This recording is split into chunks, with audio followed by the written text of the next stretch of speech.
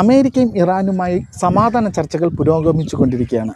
അതിനു മുന്നോടിയായി 14 ദിവസത്തെ വെടിനിർത്തലാണ് പ്രഖ്യാപിച്ചിരിക്കുന്നത്. ഈ ഒരു സമാധാന ചർച്ച കാരണം അമേരിക്കയ്ക്ക് എന്തെങ്കിലും ഗുണങ്ങളുണ്ടോ? നമുക്കൊന്ന് നോക്കാം.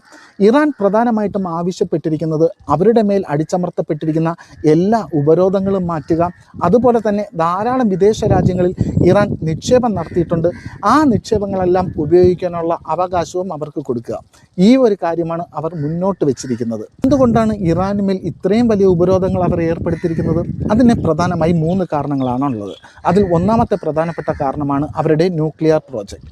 UN-ഉമായിട്ട് ബന്ധപ്പെട്ട് നിർണായക കരാറുകളിൽ ഒപ്പുവെച്ചിട്ടുള്ള രാജ്യമാണ് ഇറാൻ. എന്നാൽ ആ കരാറുകൾ ലംഘിച്ചുകൊണ്ടാണ് ഇറാൻ അവരുടെ ന്യൂക്ലിയർ പ്രോജക്റ്റുമായിട്ട് മുന്നോട്ട് പോയത്.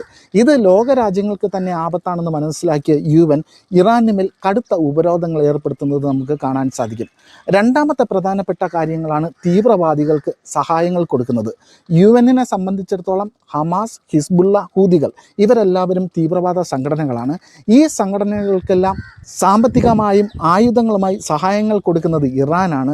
ആ കാര്യം പറഞ്ഞുകൊണ്ട് ധാരാളം ഉപരോധങ്ങൾ ഇറാനുമേൽ ഏർപ്പെടുത്തുന്നതും നമുക്ക് കാണാൻ സാധിക്കും. മൂന്നാമത്തെ പ്രധാനപ്പെട്ട കാരണങ്ങളാണ് അവരുടെ കയ്യിലുള്ള മിസൈൽ ശേഖരം. അവരുടെ കയ്യിലുള്ള ഈ ധാരാളം മിസൈൽ ശേഖരങ്ങൾ കാരണം അവരുടെ അയൽവക്കത്തുള്ള രാജ്യങ്ങൾക്ക് വലിയൊരു സുരക്ഷാ ഭീഷണിയാണെന്ന് മുൻകൂട്ടി കണ്ടുകൊണ്ട് ഇറാനുമേൽ അടുത്ത ഉപരോധങ്ങളും ഏർപ്പെടുത്തുന്നതും നമുക്ക് കാണാൻ സാധിക്കും. ഇങ്ങനെയെല്ലാം ഉപരോധങ്ങൾ ഉള്ളത് കൊണ്ട് തന്നെ അവർക്ക് അന്താരാഷ്ട്ര മാർക്കറ്റിൽ ഇറാൻ്റെ എണ്ണ വിൽക്കാൻ പറ്റാത്ത സാഹചര്യമായി. ഒരു പക്ഷേ അവർ ഡോളറിലാണ് അവരുടെ എണ്ണ വിൽക്കുന്നതെങ്കിൽ ആ ഡോളറിനെ UN-നെ ട്രാക്ക് ചെയ്യാൻ സാധിക്കുകയും ആ ഡോളറിനെ UN തടഞ്ഞു വെക്കാനും സാധിക്കും. അതുകൊണ്ടാണ് അവർ പല രാജ്യങ്ങളെയും ബന്ധപ്പെട്ട് ഡോളറിൽ അല്ലാതെ അവരുടെ എണ്ണ വിൽക്കുന്നത്.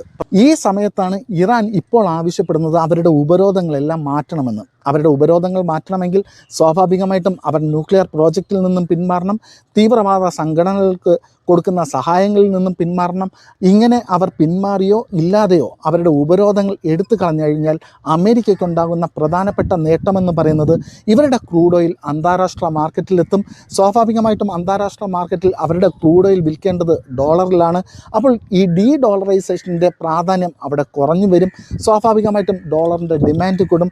ആ ഒരു അഡ്വാൻറ്റേജ് അവിടെ അമേരിക്കയ്ക്ക് ലഭിക്കും എന്നുള്ളത് മനസ്സിലാക്കാൻ സാധിക്കും. അടുത്ത് പ്രധാനമായിട്ടും മനസ്സിലാക്കേണ്ടത് ഇത് ചൈനയ്ക്ക് വലിയൊരു അടിയാണ്. കാരണം ഇപ്പോൾ ചൈന ഇറാനിൽ നിന്നും മേടിക്കുന്ന എണ്ണയ്ക്ക് ഒരു ബാരലിൽ അന്താരാഷ്ട്ര മാർക്കറ്റിൽ നിന്നും $8 മുതൽ $10 കുറച്ചാണ് അവർ മേടിച്ചുകൊണ്ടിരിക്കുന്നത്. ഒരു പക്ഷേ ഇറാൻ്റെ ഓയിൽ അന്താരാഷ്ട്ര മാർക്കറ്റിൽ ലഭിച്ചു കഴിഞ്ഞാൽ അന്താരാഷ്ട്ര മാർക്കറ്റിൻ്റെ വില അനുസരിച്ച് മാത്രമേ ചൈനയ്ക്ക് ആ ക്രൂഡ് ഓയിൽ മേടിക്കാൻ സാധിക്കത്തുള്ളൂ. അങ്ങനെ ലഭിക്കുന്ന ആ സാമ്പത്തിക ലാഭം ചൈനയ്ക്ക് ഇല്ലാതാവുകയും ചെയ്യും. അപ്പോൾ അടുത്തൊരു വീഡിയോയിൽ കാണുന്നതുവരേക്കും ബൈ.